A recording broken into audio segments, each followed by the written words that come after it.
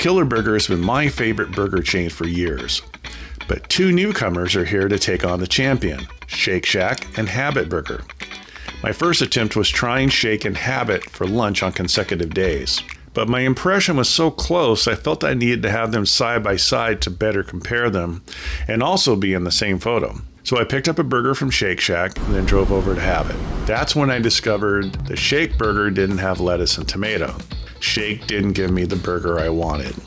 This happened because you can't see a menu when standing at the counter at Shake, so you can't see the names of the burgers. I told the gal at the register I wanted a double with bacon. She asked, "You want a double cheeseburger?" And I responded, "I guess. I don't know what you call it, but I want your double burger with bacon."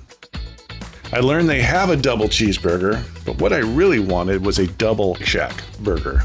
It's the same thing, but with bacon, lettuce, and tomato. At this point, I'd had cheeseburgers for lunch 3 days in a row. But I wanted to give it one more try, but this time kick it up a notch and add Killer Burger to the mix. That would make this the ultimate burger chain comparison. Our plan was to order all three online to minimize the cooling off. Since Shake and Killer are close together, we started at Habit. Then we headed to Shake. Unfortunately, Shake wasn't accepting online orders. When we arrived, we knew why. There were lots of people standing around waiting for takeout orders. They had even shut off 2 of their 4 kiosks, and there was only one person taking orders at the counter. Shake doesn't have a drive-thru at this location, yet the back-of-house staff couldn't keep up with just one person at the register and 2 kiosks. So this slowed us down a bit. The Killer Burger had been done for 15 to 20 minutes when we arrived, but we had all 3.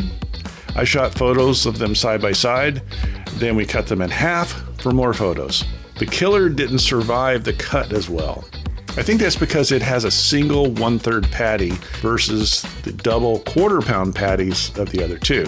Enough about the process. You want to know how they compared.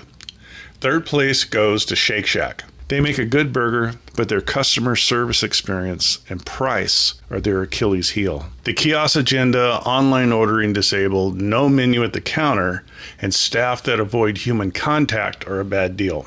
On my first visit, they had a barricade of small displays lined up all along the counter and no one at the register. The message seemed pretty loud and clear. They wanted you to order at the kiosk. It's very uninviting. Second place goes to Habit Burger. They make a very good burger. I like their sesame seed bun, but I need to remember to ask them not to grill it so long. I don't like it being so crispy. The restaurant has a relaxed, friendly vibe. They have a nice outdoor seating under umbrellas, and their staff are engaging. But the cost factor alone clearly beats Shake Shack. I love that they have a Peppers bar. How cool is that? Killer wins first place, but barely. Until recently, they would have easily won. But the company's grown and they've made some small compromises like a different bun and less bacon, etc. One of Killer's advantages are the toppings, but we only ordered a classic with cheese to keep it apples and apples. A Jose Mendoza that has roasted green chilies and Monterey Jack cheese would have easily tipped the scales, especially if it has serrano peppers, which I like.